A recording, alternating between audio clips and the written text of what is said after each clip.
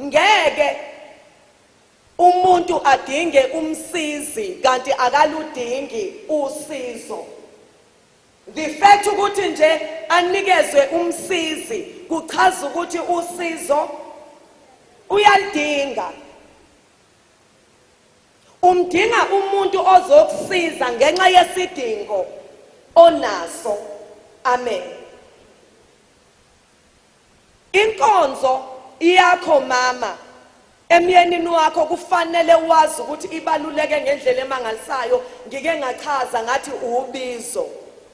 Ngoba abanye baphila budedengu benze inoma ikanjani ngenxa yokuthi akazi ukuthi le nkonzo ubizo. Omunye athi ngoba akenzi nami angizokwenza. Kodwa uma wazi ukuthi ubizo uyethembeka kulo okubizile.